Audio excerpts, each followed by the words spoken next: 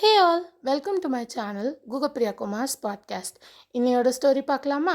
இன்னைக்கு நம்ம பார்க்க போகிற ஸ்டோரி 17 camels and 3 sons. ஒரு டெசர்ட்டில் ஒரு பெரியவர் வாழ்ந்து வந்தார்.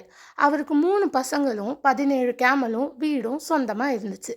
அவர் இறந்ததுக்கப்புறமா அவரோட வீடை 3ஆக பங்கு போட்டு கொடுக்கணும்னு ஆசைப்பட்டார். அவரோட 17 கேமல்ஸையும் எப்படி பிரிக்கணுன்றதையும் அவர் பசங்கக்கிட்ட சொல்லியிருக்காரு. அவர் ஒன்ஸ் இறந்துட்டார். அவர் இறந்ததுக்கப்புறமா அவங்க பசங்களுக்கு எப்படி பிரிக்கணும்னு தெரியல. ஆனால் அவர் எழுதி வச்சுட்டு இறந்துருக்காரு.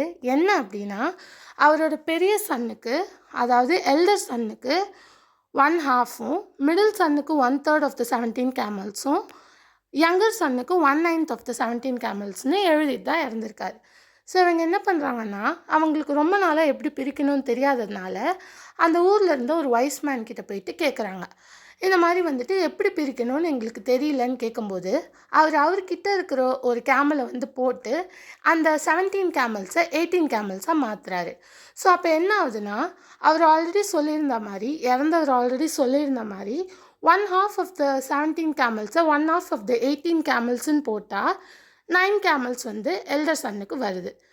செகண்ட் சன்னுக்கு 1/3 சொல்லியிருந்தார்.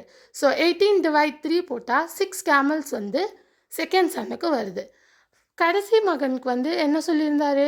1/3 சொல்லியிருந்தார். 1/9ன்னு சொல்லியிருந்தார். அந்த 1/9 என்ன ஆகுது? ஸோ 18/9 2.